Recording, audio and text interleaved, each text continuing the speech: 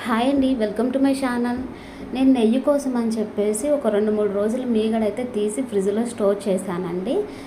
ఇంకా ఈరోజు ఎందుకు ఆ డబ్బా ఓపెన్ చేసి చూడగానే కొద్దిగా కలర్ అయితే చేంజ్ అవ్వదండి.